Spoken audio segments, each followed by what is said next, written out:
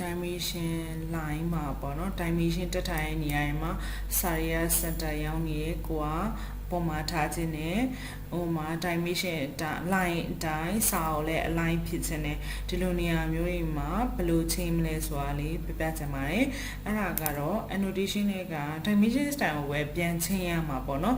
ဥပမာကွာ alternate unit တက်ထားတယ်ဖြုတ်ချင်တယ်ဆိုလို့ရှိရင်လည်းဒီ 1.4 မှာတက်ထားဖြစ်တဲ့အတွက်ကြောင့်မလို့ 1.4 မှာ modify လုပ်မယ် alternate unit ဖြုတ်လိုက်မယ်နော်ဖြုတ်ပြီးရင်ခုန test နဲ့ပတ်သက်ပြီးကိုကပြင်နေဆိုတော့ test ထဲကိုသွားမယ်ဒါကတော့ test appearance ပေါ့နော်သူက test style ရှိမယ် tag color ရှိမယ်နောက်မှာ fade color ထည့်မလားဒါဆို none ပေါ့နော်ထည့်ထားရဲဆိုရင်ဒီလိုမျိုးလေးပုံမှာပေါ့နော်ဒါက test appearance ဖြစ်ပါတယ် test placement test alignment ရှိမယ် test alignment ကအခုကတော့သူကဘယ်လိုပဲတက် horizontal ဖြစ်နေရပါတော့ကိုက dimension line အတိုင်း align ဖြစ်ချင်တယ်ဆို align with dimension line ကို on ပေးမယ်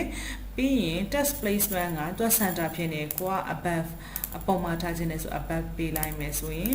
ဒီမှာအားလုံးချိန်သွားပြီပေါ့နော်အဲ့မှာကိုက P လက်မမပါအောင်တကယ်လို့ဒီကလက်မအစွန်းထွက်နေဆိုရင်တော့ပါတယ်လက်မအစွန်းထွက်မနေဘူးအတိဆိုရင်တော့မပါအောင်ဒါမျိုးတွေလည်းချိန်လို့ရပါတယ်ချိန်ရင်လည်းဆို dimension style ကိုပဲပြန်သွားမယ် modify primary unit နဲ့ပတ်သက်ပြီးပြမှာဆိုတဲ့အတွက်ကြောင့်မလို့ primary unit ကိုသွားမယ်ကိုကဒီအောက်မှာ CO suspension နေရာမှာ CO inches ကိုဖြုတ်ပေးလိုက်လို့ရှိရင်ဒီမှာ3ညလက်မပေါ်လာပြီဖြစ်ပါတယ်ဒါကတော့ကိုချိန်ညင်တဲ့ဟာလေးတွေကိုဒီ dimension style မှာတွတ်ပြီးပြန်ချိန်လေးရှင်ကိုတက်ခဲ့ dimension style မှာသွားချိန်ကိုတက်ခဲ့ dimension တွေအားလုံးကသူ့auto အားလုံးချိန်သွားမယ်ပေါ့နော်အားလုံးကျေးဇူးတင်ပါတယ်ရှင်